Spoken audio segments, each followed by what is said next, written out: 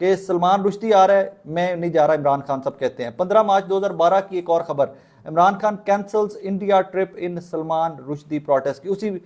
Conference میں سلمان رشدی بھی آ رہا تھا، عمران خان نے کہا کہ میں نہیں آ رہا بھائی، اگر Salman Rushdie is part of that conference تو میں کینسل کرتا ہوں۔ اسی یہی خبر اور ایک اخبار نے رپورٹ کی، انہوں نے کہا جناب کہ Imran Khan refuses to attend India's conclave in Salman Rushdie's presence, کہ اگر سلمان رشدی آ رہا ہے تو میرے نبی حضور پاک صلی اللہ علیہ وسلم کی شان میں اس نے گستاخی کی ہوئی ہے،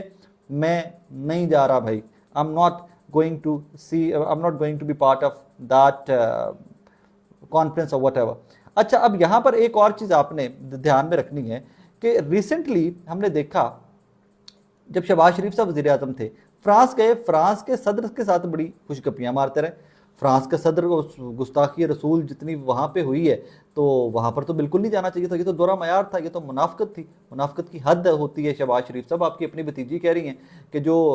گستاخ رسول ہیں آپ ان کے ملک میں جا کر، اور جس ملک کا صدر کہہ رہا ہے کہ آزادی اظہار رائے ہے ہم نہیں روک سکتے، آپ جا کر ان کو جفے مار دے رہے ہو، تسی ہوتے جا کے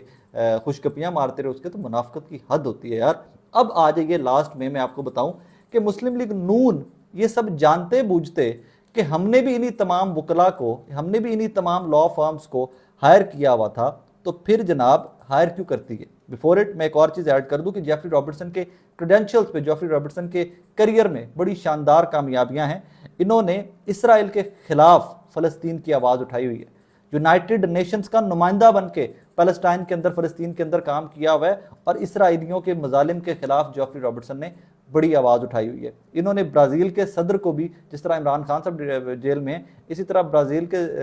صدر کو، لولا ڈی سلوا کو بھی انہوں نے جیل میں جب ڈالا برازیل نے، تو جیفری رابرٹسن جو تھے یہ ان کے بھی وکیل تھے۔ سو یہ انٹرنیشنل بیسکلی ہیومن رائٹس کے وکیل ہیں، انسانی حقوق کے وکیل ہیں، اور 70s سے، آج سے 50 سال سے زائد کا عرصہ ہو رہا ہے کہ ان کو یہ کام کرتے آ رہے ہیں ہیومن رائٹس پہ۔